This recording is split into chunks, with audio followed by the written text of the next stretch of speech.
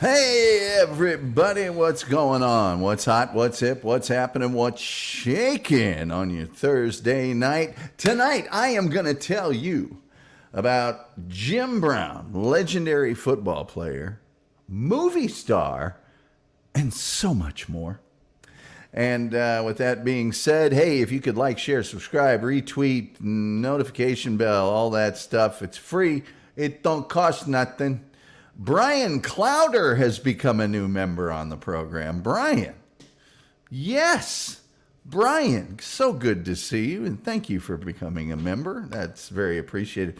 You know, I don't want to make too big a deal out of this, but I feel like, and this is just me, I feel like, and Brian Clowder, not one to just take and not give, he has gifted the Tom Gully Show membership. If you look at the crawl in just a second, it's going to tell you how to turn on those gifted memberships, okay?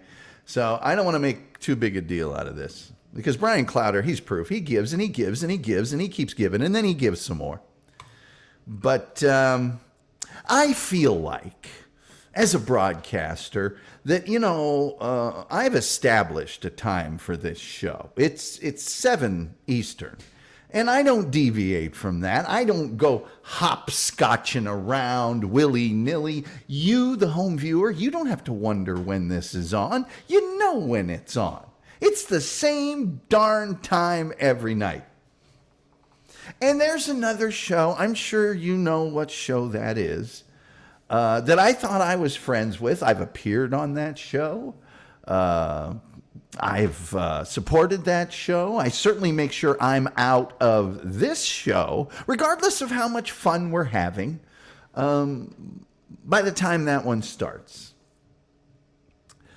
Well, I guess they finally turned on me. Because they're doing a show at the same time tonight. They took their big, giant TSN iron shoe and just stepped on the face of the Tom Gully Show and pushed it down in the muck. That's what they did. I'm sorry. I love fake outrage, and I tried to generate it here, and I just don't have any. These guys, they all have busy lives, and there's 3 of them, so they do the show whenever they can. And this is the first time that that's happened. And I'm not saying that they look out for this time period, because I don't know that they do. But if they do, I thank them for it. And the fact that it rarely, if ever, happens is just nice. And I appreciate them and what they do. And I'm just kidding. And I had a whole speech written and I couldn't even carry it through. I mean, I immediately rush out of this program to go watch theirs. I mean, that's, you know, Brian says he doesn't blame me for being upset. I'm actually not upset.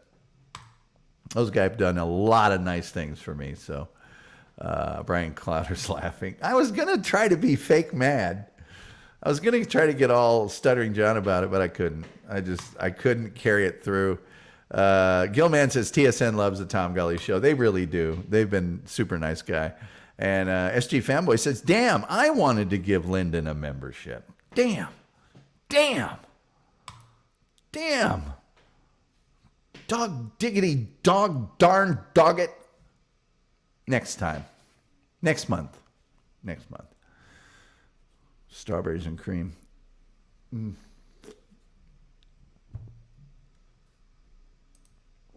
Let's see here. Aku said, how far into replayables did you get? I won a breathalyzer last night. It really, not very far, because I had a big business day today. Frankly, I just got back from a meeting. That's why I look kind of nice, I guess. It's a lot more gel in my hair than normal. And it was a great business meeting, by the way. I was really pleased with it. We'll see if it yields the results that I hope it does, but whatever.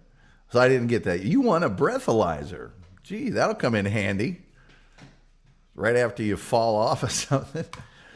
In case the police show up. Brian Clowder says, I'm not going to lie, you almost had me. I was trying so hard. Because I feel like that's really the only way I'm going to make it back onto their show. Is with a fake outrage of some kind. But no, those guys are awesome, and it's just going to happen once in a while. That's the way it is. But I'm gonna predict this is due to Bob's schedule. Aku says you missed the unveil of Spooky, the undead cat. Daggone it. Sometimes, Tom gets up real early in the morning for work, and so I couldn't stay that long. I was in bed by like 8 o'clock Central Time, so I guess I missed out as usual. Well, I always miss out on the fun stuff. In fact, I sometimes, if I like someone that's having a party, I won't go, so that the awesome, cool things happen at the party. If I go, nothing's going to happen. Aku says, hang on to your supper rewatching. I could do that, except I'm real tired again. I might not eat any dinner. I guess I should tell all of you fine folks about Jim Brown, but like, share, subscribe, all that. Thank you so much, those of you who gifted memberships to folks. And, there you are. Jim Brown helped Tom Brookshire when Brookie had to interview Dwayne Thomas after the Cowboys beat Miami. You had to see it. Dwayne did not like to talk. Well, yeah, one of his answers was evidently. What was the question that he asked him?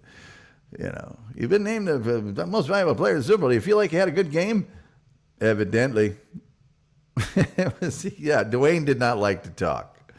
Dwayne Thomas was not a talker. And odd, because he was an extremely eloquent, intelligent guy, but he just had no time for any of that nonsense. He really didn't. It's the Super Bowl. Do you think it's the ultimate game? Well, if it was the ultimate game, they wouldn't have one every year, would they? I mean, some of his answers were just priceless. Anyway. Now we're getting deep in the weeds of NFL history here. And actually, one of the reasons that I'm doing the Jim Brown show is because Jim Brown actually was so much more than a football player. But while saying that, he was a football player that it's almost impossible to communicate to people just how good Jim Brown was in his era. He was truly a man among boys. He really was. Thank you, StreamYard. Appreciate that. There we go. There's Jim Brown. Jim Brown grew up in St. Simons Island, Georgia. His dad, Swinton, was a professional boxer, and his mother was just a homemaker. But he attended Manhasset Secondary School in Manhasset, New York. He earned 13 letters playing football, lacrosse, baseball, basketball, and running track. And by the way, before we get to it here, because we're going to get to it, Jim Brown may be one of, if not the best lacrosse player that this country has ever produced. And we'll get to that in just a second. So there's a lawyer and a Syracuse University lacrosse star named Kenneth Malloy, who was involved in the lacrosse program at Manhasset, where Jim Brown went to high school. And he was a guy that took Jim Brown under his wing, and he persuaded Syracuse to admit him. And that was difficult because, according to Malloy, Syracuse did not want black athletes. So Brown was the only African-American player on the football team as a freshman, and he got promised a full scholarship in the second half of the year. They didn't give him one. And Malloy personally financed and fundraised so that Jim Brown could even attend Syracuse his first year. He was taunted racially by fans while he was at Syracuse. Was treated differently than his teammates were. He was housed in a non-athlete dormitory. They warned him constantly about dating Caucasian women. And the coaching staff, instead of having him at running back, and he's arguably the greatest running back ever, they put him at punter, lineman, and wide receiver.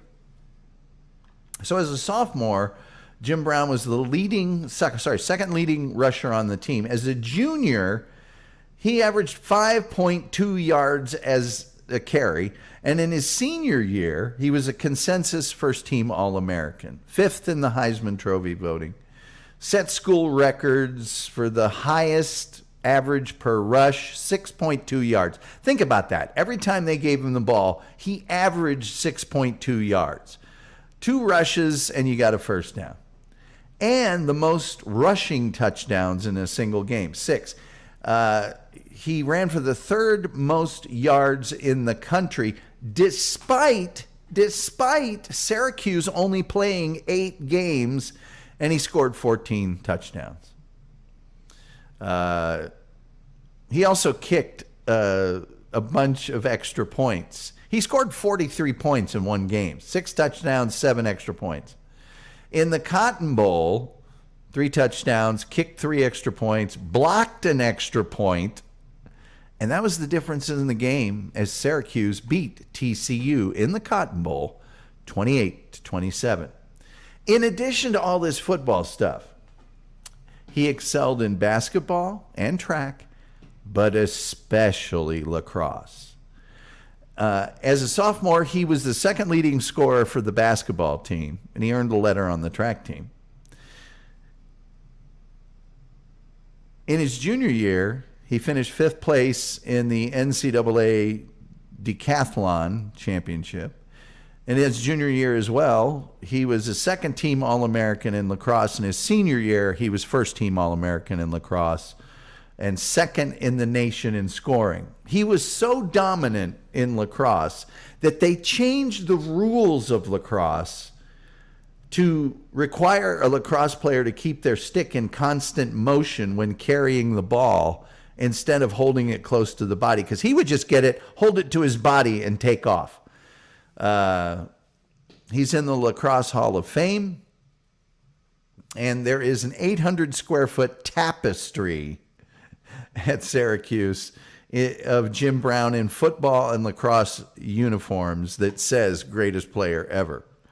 By the way, while in college, Jim Brown was in ROTC, and after graduating, he was commissioned as a second lieutenant. And during his time in the NFL, he continued his military commitment as a member of the United States Army Reserve. He served for 4 years, and he was discharged with the rank of captain. Bet you didn't know that about Jim Brown.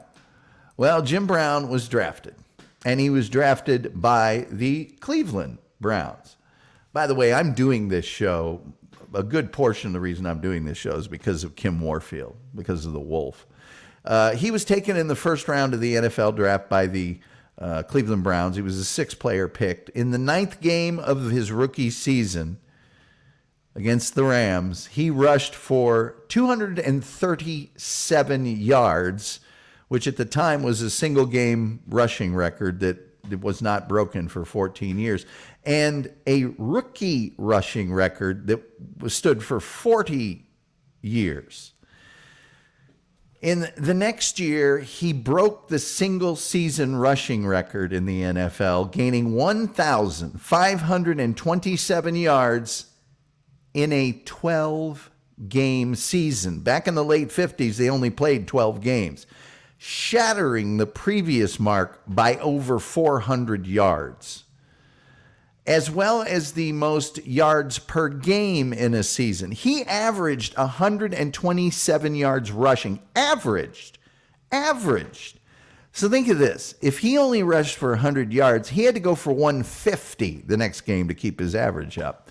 He was also the most valuable player in the NFL that year. He had 17 touchdowns, and the next most touchdowns was 8. After 9 years in the NFL, he was the league's record holder for single season rushing yards, career rushing yards, as well as the all-time leader in rushing touchdowns, total touchdowns, and all-purpose yards. Now, keep in mind, he only played for 9 years. He was the first player to reach the 100 rushing touchdowns milestone, and only a few people have rushed for 100 touchdowns since, despite the fact that they now play 16 games a season and now 17 games a season. His first 4 seasons, there were only 12 games. In his last 5, there were only 14 games. He scored 100 touchdowns in only 93 games. Do the math. That's better than a touchdown per game. He was also an amazing receiver. He caught 262 passes for about 10 yards a carry and 20 touchdowns. And he also returned kickoffs for about 620 yards. Every season he played, he was voted into the Pro Bowl. And his final Pro Bowl game, he scored 3 touchdowns. John Mackey, legendary tight end John Mackey, said that Jim Brown told him, make sure when anyone tackles you, he remembers how much it hurts. He lived by that philosophy. And he was aware of the physical toll that it took to carry the ball as a lead running back. And in about 1960, 3 years before he retired, he started foreshadowing. He was only 24 years old. And he says, I've carried the ball 749 times in 3 years. How much will that shorten my career? Will I give my career groggy? Will I be punch drunk like a prize fighter? I hope I'm smart enough to quit the game before somebody tells me I'm finished. I want to leave feeling I can still do the job.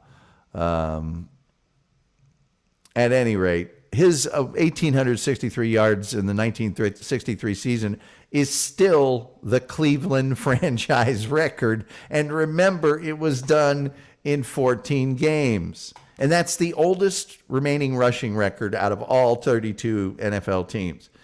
His average of 133 yards per game is only exceeded by O.J. Simpson's 1973 season.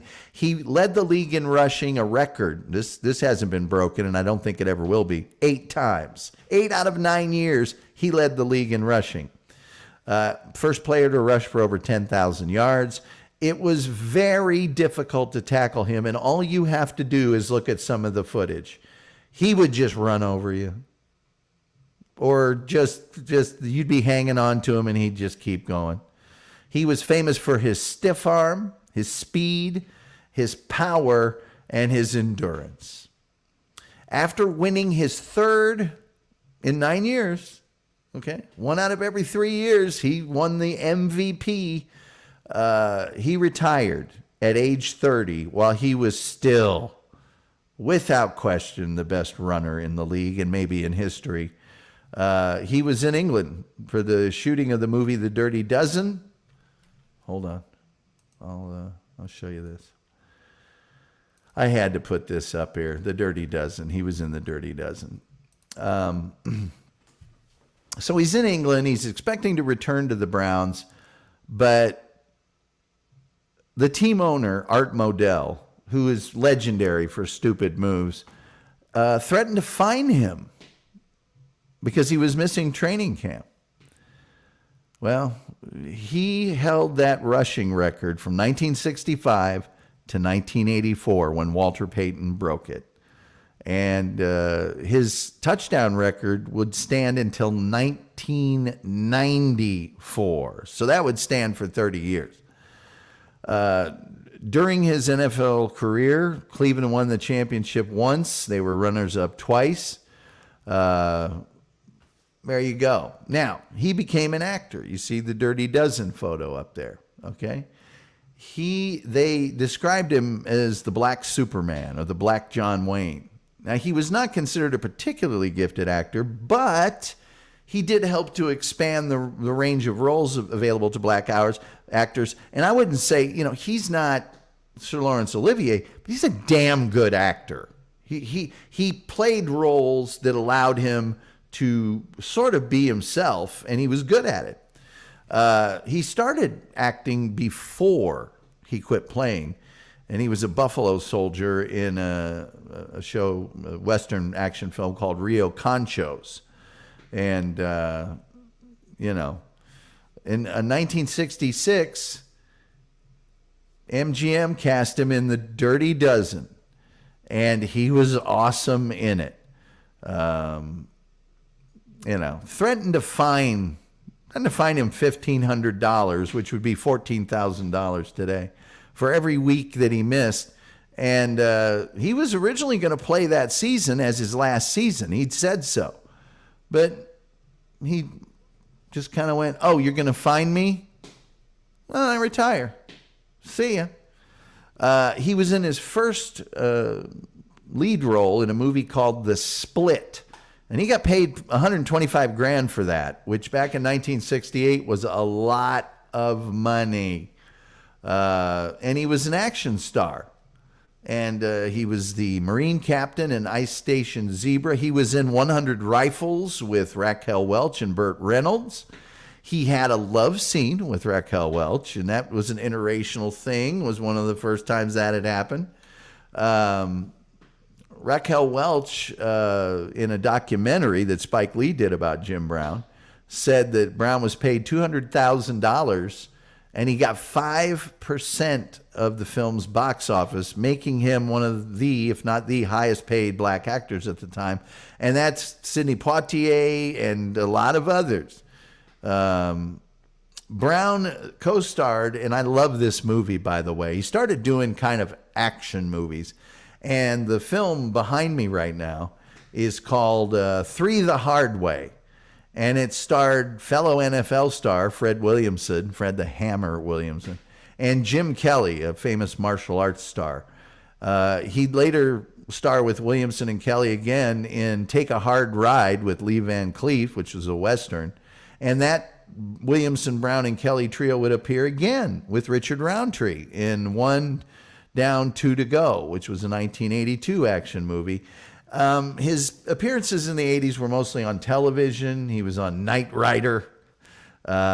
He was with Joe Namath on an episode of the A-Team. He was on Chips.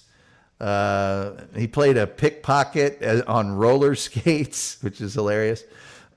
He appeared opposite Arnold Schwarzenegger in The Running Man in 1987. And he had a cameo in the spoof movie I'm Gonna Get You Sucka, which is hilarious, by the way. He was in Mars Attacks. He was in Any Given Sunday. He was great at Any Given Sunday. So he was a bona fide, legitimate action movie star. And there he is again in all his glory. Look at that. That's a signed Jim Brown there, bud. There he is later in life. He always wore those funky ass hats. He was known for his civil rights work. And he started speaking out on racial issues in the 1950s. He was one of the most prominent African-American athletes to engage in civil rights activism. And he put pressure on other athletes to do the same.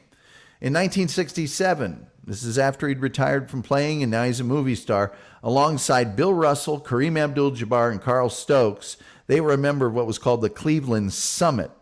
It was a meeting with Muhammad Ali with the intention of getting all four of them to rally behind and recruit Ali's cause for civil rights in the United States. But Ali was... he was on the outs because of his opposition to the Vietnam War and refusal to enter the draft, revoked boxing license, facing 5 years in prison. And for those guys to stand up with him, they were putting their reputations on the line. And this was something that Jim Brown did regularly. He founded the Negro Industrial Economic Union in 1966, now known as the Black Economic Union, to promote economic opportunities for minority-owned businesses. He said, we got to stop wasting all our energy on money marching and picketing and going things like camping down in Washington. We got to get off the emotional stuff and do something that will bring around real change, industry, commercial enterprises, economic base. And then we're on an even playing field, which actually makes a lot of sense. Richard Nixon actually endorsed that and supported black capitalism in his 1968 presidential campaign. And that in large part, was due to an endorsement from Jim Brown because of it. He founded the Amer I Can Foundation that sought to divert gang members and prisoners from violence by teaching them life skills. And he actually got a truce between some of rival street gangs in Los Angeles. The FBI, perceiving all of this, terribleness as a threat, the FBI monitored Jim Brown and his organizations. Files declassified in 2003 showed that the FBI, the United States Secret Service, and several police departments had monitored Jim Brown and the Black Economic Union, attempting to smear the group as a source of communist and radical Muslim extremism and collecting information to damage his reputation. Some other things he did. He posed nude, fully nude, for the September 1974 issue of Playgirl magazine, and was one of the rare celebrities to allow full frontal nude pictures to be used. He also worked as a color analyst on NFL telecasts for CBS in 1978, teaming up with Vin Scully and George Allen. In 1983, 17 years after he retired from professional football, and he was 49 or 50, he mused about coming out of retirement to play for the LA Raiders when it appeared that Pittsburgh Steelers running back Franco Harris would break his record. Brown did not like Franco Harris's style of running because he would run out of bounds a lot instead of running over the tackler. And,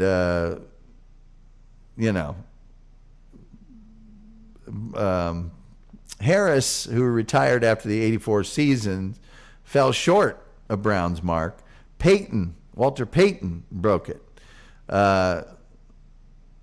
In January, a challenge between Jim Brown and Franco Harris in a 40-yard dash was nationally televised.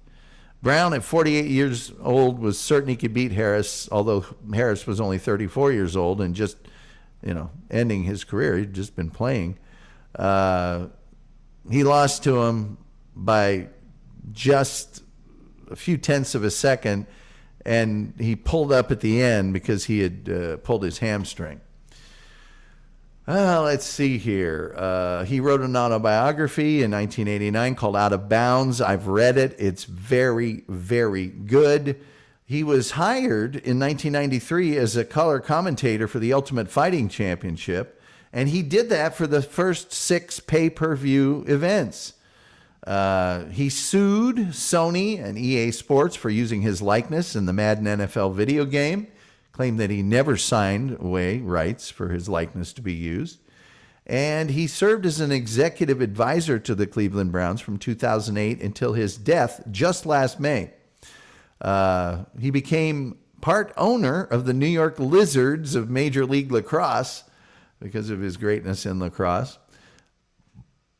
Now, let's get to sort of there are a lot of assault allegations that surround Jim Brown. He was arrested at least 7 times for assault, mostly against women. During the era when the incidents occurred, prominent men were usually not scrutinized for such things. He was never found guilty of a major crime. In most of the cases, the women refused to press charges after calling the police. In 1965, he was arrested in his hotel room for assault and battery against an 18-year-old. He was later acquitted. And a year later, he fought paternity allegations that he fathered her child.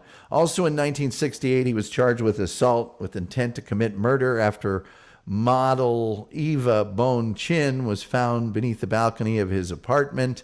Charges were later dismissed after she refused to cooperate with the prosecutor's office. He was also ordered to pay a $300 fine for striking a deputy sheriff involved in the investigation. In his autobiography, he stated that the model was angry and jealous over an affair he had with, of all people, Gloria Steinem, the famed feminist. And that's the argument that led to the calling of the police. In 1970, he was found not guilty of assault and battery, the charges stemming from a road rage incident that had occurred in 1969. In 1975, he was convicted of misdemeanor battery for beating and choking his golfing partner, Frank Snow, sentenced to a day in jail, 2 days probation, a fine of $500. He was accused of a couple of other things, and those were all dismissed. He had a reputation for being rough with the ladies, but nothing really ever came of it. He was arrested for terroristic threats against his wife. I could tell you what he said about the only time they had an argument, but it's really crude, and I don't want to say it here on this program. Later that year, he was found guilty of vandalism for smashing her car with a shovel, sentenced for 3 years probation, 1 year of domestic violence counseling, 400 hours community service, or 40 hours on a work crew with an $1,800 fine. He ignored the terms of the sentence, so they gave him 6 months in jail, which he began serving after refusing the court-ordered counseling and community service, and he was released after 3 months. He was married several times, had, a few children. He was married twice, engaged 3 times. He died of natural causes at the age of 87 in May 18th last year at his home in L.A. He died with his wife, Monique, by his side. Tributes from the sports world poured out from everywhere. Running back Barry Sanders posting that you can't understand the impact that Jim Brown had of the NFL. Emmitt Smith, the NFL's all-time leading rusher, said he is and was a true sports legend and in the community using his platform to help others. Roger Goodell said Jim Brown was a gifted athlete, one of the most dominant players ever to step on any athletic field, but he also was a cultural figure who helped promote change. LeBron James said we lost a hero today. Rest in paradise to legend Jim Brown. I hope every black athlete takes the time to educate themselves about this incredible man and what he did to change all of our lives. We all stand on your shoulders, Jim Brown. Barack Obama said, I'm too young to remember Jim Brown's playing days, but I knew his legacy. One of the greatest football players ever, an actor, an activist, speaking out on civil rights and pushing others to do the same. NFL Hall of Fame, first year eligible, 1971. College Football Hall of Fame. Only NFL player to average 100 yards rushing per game for their career. Only guy ever to do it. Walter Payton only averaged 88 yards a game. Emmitt Smith only 81 yards a game. So there you are. ESPN Sports Century in 1999 ranked Brown the 4th greatest athlete of the 20th century, trailing only Muhammad Ali, Babe Ruth, and Michael Jordan. Sporting News selected him as the greatest football player of all time, as did the New York Daily News. NFL Network's top 100 greatest NFL players, second greatest NFL player of all time behind only Jerry Rice. And he was selected as one of only 12 running backs on the NFL's 100th anniversary all-time team. He was named the greatest college football player of all time by ESPN. And so there you go. 3-time MVP.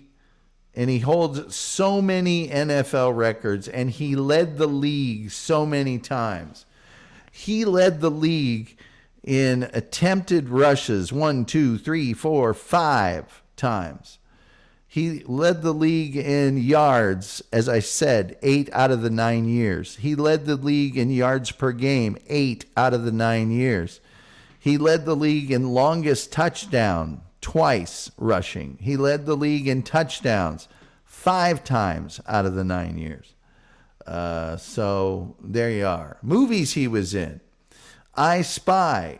Now, these are movies or TV shows. I Spy, The Dirty Dozen, Ice Station Zebra, 100 Rifles, El Condor, The Grasshopper, Slaughter, Slaughter's Big Ripoff. Slaughter was a character that he played in some action movies. They're really great, cheesy movies. I Escape from Devil's Island, 3 the Hard Way, Take a Hard Ride, Police Story, 1 Down, 2 to Go, Chips, Knight Rider, T.J. Hooker, The A-Team, The Running Man, I'm Gonna Get You Sucker, L.A. Heat, Twisted Justice, Mars Attacks, Small Soldiers, Any Given Sunday, She Hate Me, Sideliners, Draft Day.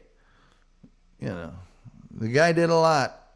He did a lot with his 87 years on Earth. And that, ladies and gentlemen, is the story of arguably the greatest running back ever, if not the greatest football player ever. And his name is Jim Brown. Let me get to your comments here in a second. I'll also say Dick Butkus's rookie season.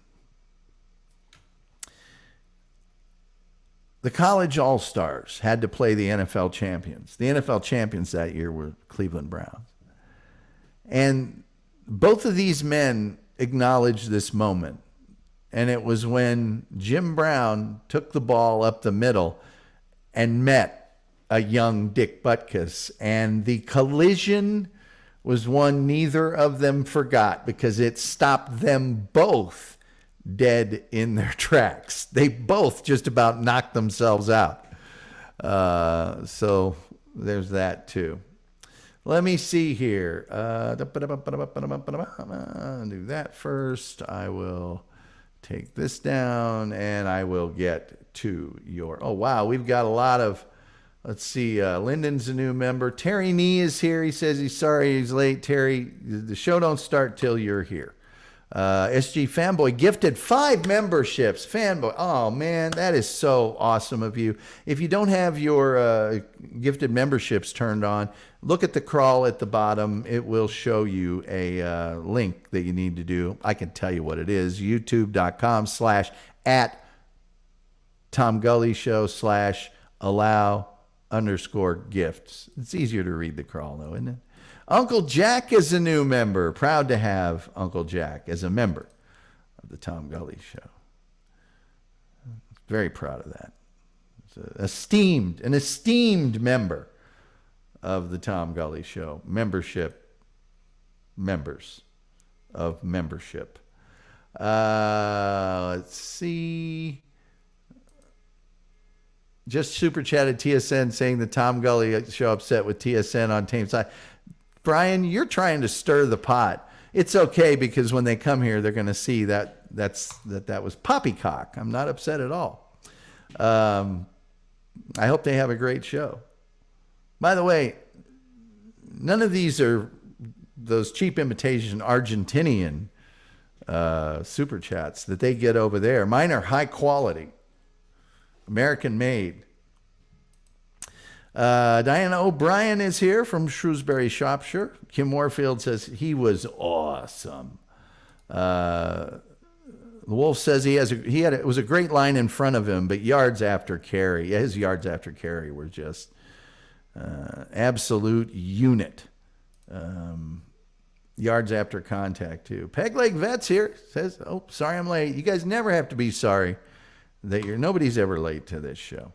The Wolf says, just think what that stat would have been if they kept yards after contact. Oh, it would have been huge. Peg Leg Vets says, one of my top movies of all time. I'm assuming you're talking about The Dirty Dozen, and it is a good one.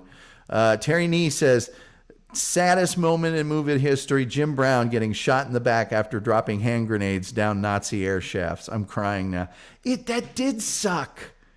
It so sucked. Because he kept running after he got shot. He gets shot again.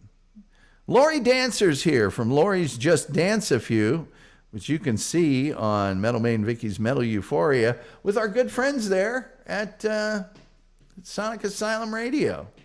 They put our show on every night on their Facebook page, and we love them, and we love Lori Dancer. She's awesome. Jim Brown in Mars Attacks, working at the casino there. SG Fanboy says Butch Meathook in Small Soldiers. He was good in that, wasn't he? Uncle Jack says, hey, yo. Hello, Uncle Jack. If you haven't checked out Uncle Jack's Jack Shack, you need to do that ASAP. The Wolf says, also known for his work with gangs in L.A., big time, because he had cred with those gangs. Because not only was he an amazing football player, amazing movie action star, he'd go upside a deputy sheriff's head He proved it. The Doctorn says, "Hail Tom and Gully Heads." Hail Doctorn. Uncle Jack said, "Slammer, I'm gonna get you." From Get You? Yeah, Slammer from I'm Gonna Get You, sucker. Yeah. How much can I get for a quarter? I love that scene. Uncle Jack is one of our YouTube members. Thank you. The Wolf says he preferred teenage girls. Well, a lot of times he did, yes. And OJ was innocent, says Fishman. Well, we're all entitled to our opinion. Terry Nee says, "Why I admire the talent and not the person." You know, that's a pretty good philosophy, Terry Nee.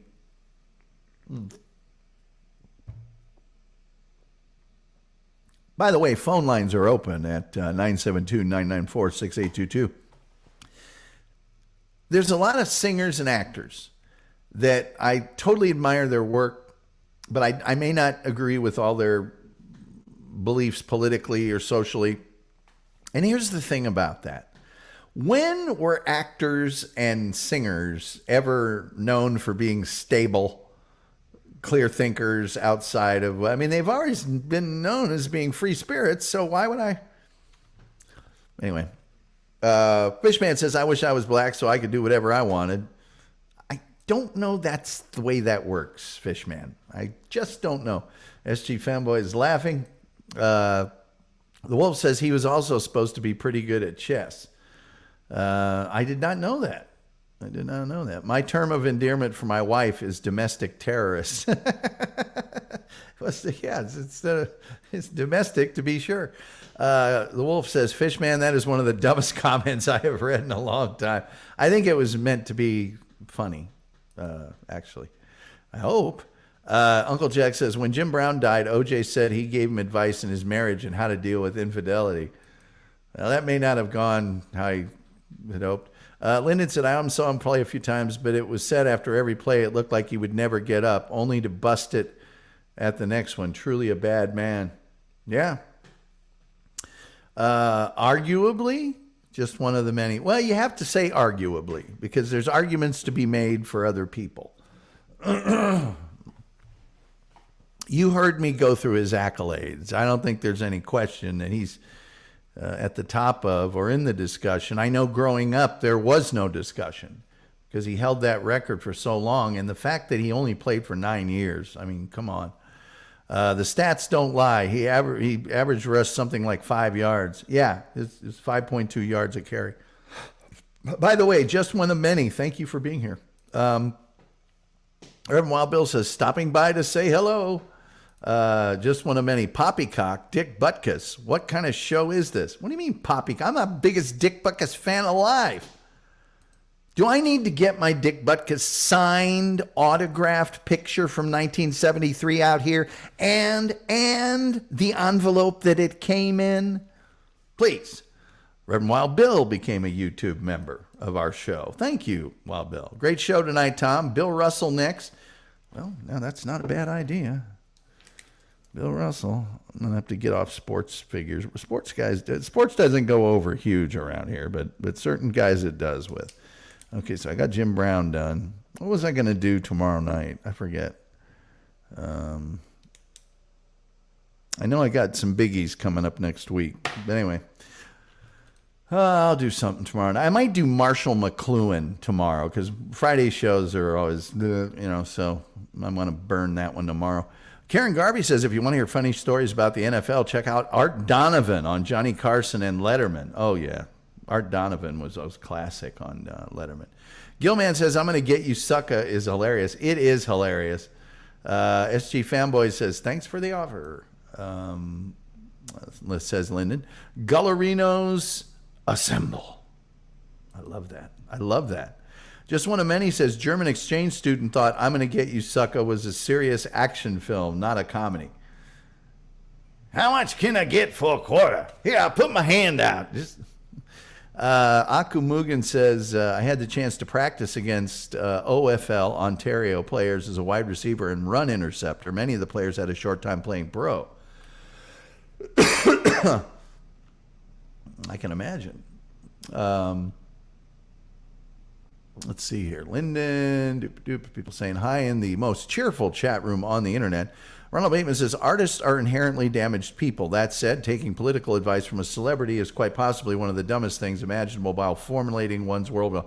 Now, I agree with that, but I will say every now and then, one of those people, just like people in regular society, is extremely well informed. They are passionate about a cause, and they are doing something positive for it. Gary Sinise and the work that he has done for the veterans. Ashton Kutcher, of all people, and the work that he has done against, white slavery and that kind of stuff. There are certain examples, but for the most part, no. Ronald Bateman says, oh, wow, thank you to whoever gifted me a subscription. There you go. Hello, Rev. Hello, people saying hi. Cheerful Chacker.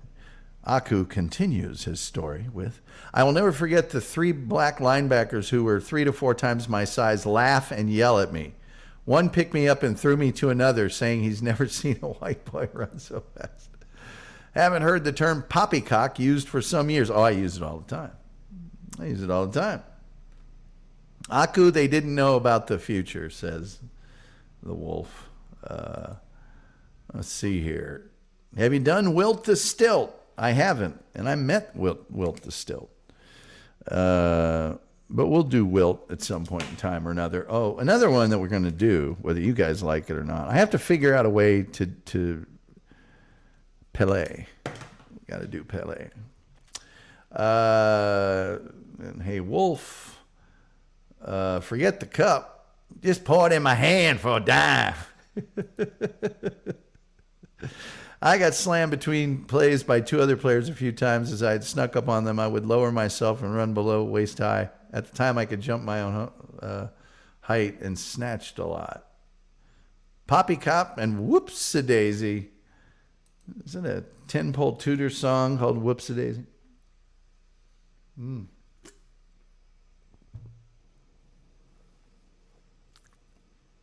Let's see here. Jim Brown must have been packing to do Playgirl. No. He must have been packing to do Playgirl and allow the full frontal photography for the magazine. That's when you know you're... Hey, we got about 13 minutes left. If Brian Clowder's still around, what did those guys say when you told them of my mock outrage? I don't want those guys mad at me. We'll put it that way. And I don't care. And they're well within their rights. They're not doing anything to me. And like I said, those guys have 3 people, sometimes 4. And so, their schedules are quite fluid. And, it's more difficult to get 3 or 4 people to agree on time than it is for 1. That's for sure. So, I think this is the first time it's happened in 3 or 4 months. And it's just going to happen sometimes. It's the way it goes. Terry Nee says 2 weeks till my birthday. So your birthday's on a Thursday. Let me get out my calendar. Your birthday is on a Thursday. Where's the calendar function on this hunk of junk? Calendar. Where is that sucker? Oh, there it is. So if your birthday's on a Thursday, so that's 1, 2. Yours is on the 2nd. Is it the 2nd of May? Is it on the 2nd of May? The 2nd? Oh, yeah, we are just 1, 2, 3. You're 4 weeks older than me. How about that? All right. Well, I'll keep that in mind. I'll take that under advisement. I say whoops-a-daisy all the time. My grandmothers think it's funny. I think you're right about Bob's schedule. He's doing more solo shows. Well, whatever. I mean, that just happens. Cattywampus is a solid word. Yeah. I had some guys try to get me to join a football team called, a soccer team called FC Cattywampus. And I just went, no. Just the word alone, I'm not doing that. Akumugan says, I wish I was into sports, but I much prefer to play than watch. Given the chance, I'd play, run, or box any pro, regardless of making a fool of myself or injury. Terry says, Kevin Brennan and I share the same birthday, not age. Oh, boy. I'd change my birthday. I played and played and played and played and played, and I think I'm done now. I think I'm done. I'm so beat up physically, it's not even funny. Although I don't have a jelly knee, that was especially for the wolf. May 2nd is Terry Knee's birthday. Spread the word. Pass along. Pass along. Pass along. Pass along.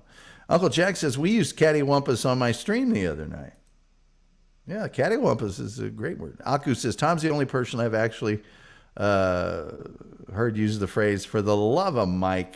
Who is Mike? Well, we're going to do a show on that next week. I don't know. I just heard the phrase. Let's see here. Shock everyone and do a Bonzi Wells show. You know, if I was going to do a Bonzi Wells show, I would probably start it off with the Chandler Thompson show.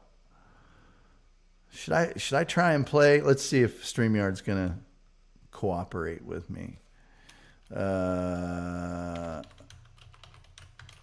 Whoops. Let's see if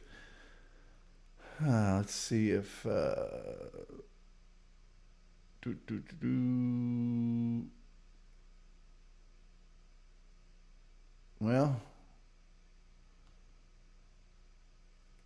let me see if I can make this Chandler Thompson thing happen.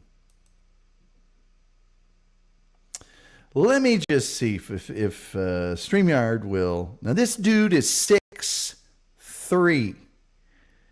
6'3". Why is this showing me this on Facebook?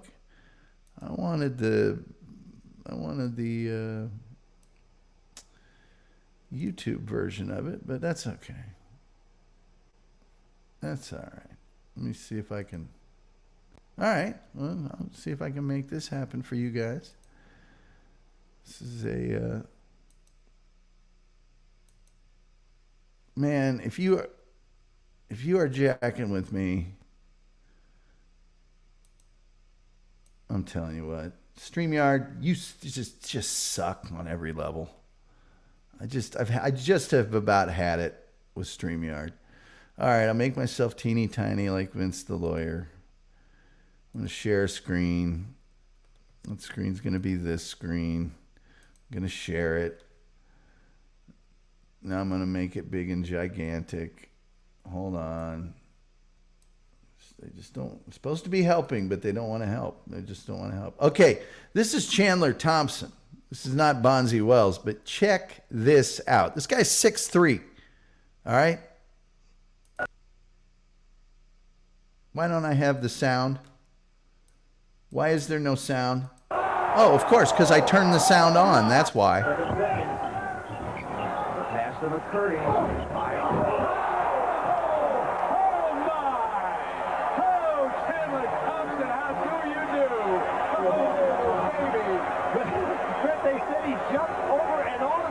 This summer, and I always thought that 43-inch vertical leap was fictitious, but I'm not doing it now.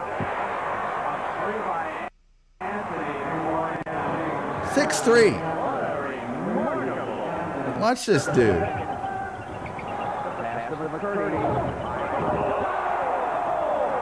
He jumps over. There's another angle of this on YouTube. He jumps over 3 players. And Chandler Thompson, how do you do? That was when, it was maybe Ball State's finest sports moment. When the Cardiac Cardinals, famous for their they beat Gary Payton in Oregon State last second. Then they beat Louisville last second. And then they went to the round of 16 and lost to eventual national champion UNLV by a point, and they got hosed by a call at the end of the game, an intentional foul, which was not an intentional foul. And that was Chandler Thompson jumping over 3 future NBA players. Anyway, so we'll do him before we do Bonzi. Good old Bonzi Wells. All right, I'm closing the phone lines. I open them up every show, and Wild Bill calls in, that's about it. Not very often. Do you have any zippers? I've got one on my pants right now.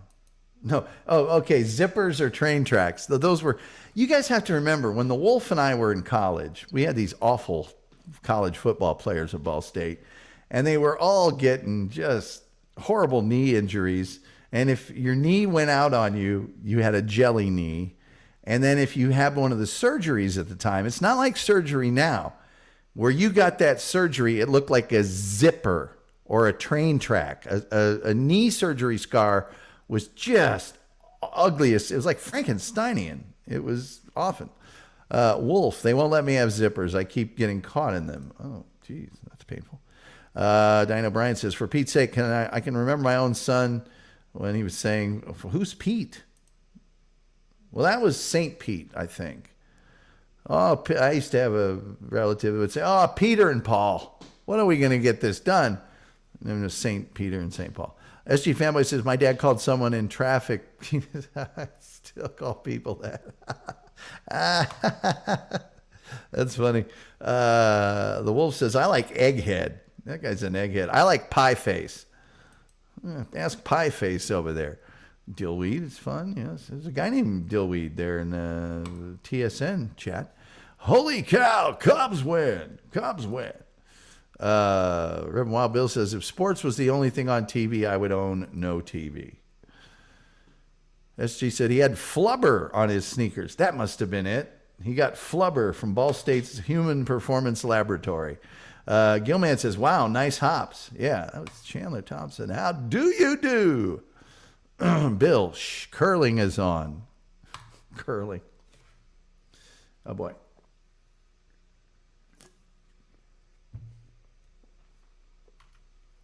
There's a great episode of one of my favorite shows of all time, maybe my favorite show of all time, and that's called Due South, which Aku might know, being from Canada.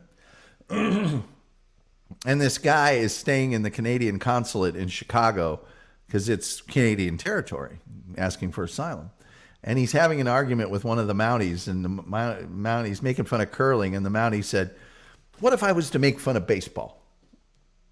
And he goes, look, curling, it's a hobby. It may be a pastime, but it was definitely not a sport. And the Mountie went, what if I was to make fun of baseball?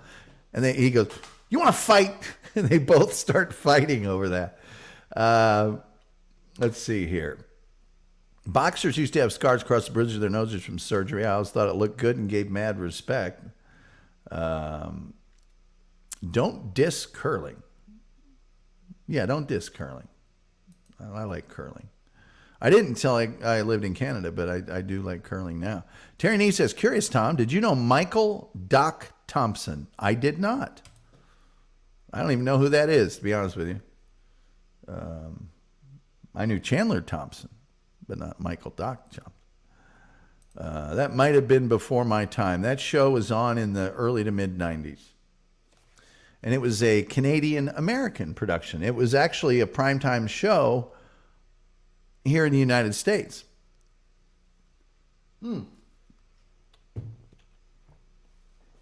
Starred a few of Canada's greatest thespians, Paul Gross, Gordon Pinsett, and Leslie Nielsen. What about that? What about that? What do we got here? 2 minutes? Is there a show on after this show that I got to worry about? Or why don't I just release you guys and you can all go watch Rico? Because I'm going to go over there too. I like the Red Green show. It is a good show. Red Green actually appears on Due South. Bet you didn't know that. The Wolf says, like the pervish SCTV, exactly like the pervish SCTV. All right, kids, I got to get out of here. I'm burning up. Aku Mugen says, can anyone explain why every Winter Olympics they spend so much time on figure skating? I've never known anyone who wanted to watch over any other event. Figure skating is like super highly rated. It gets huge ratings, and a lot of it is ladies like the figure skating. Reverend Wild Bill says, Kids in the Hall. Kids in the Hall was awesome. I'm squishing you. All right. I think that's going to do it for this episode, ladies and gents. I think it is. I'd like to thank everybody that gifted memberships. That was just really super generous, or that super chatted today. Certainly just for being here when there's a Rico on. Thank you so much. And I'm going to go ahead and end this, and then I'm going to go over to Rico. Hopefully there's no fracas.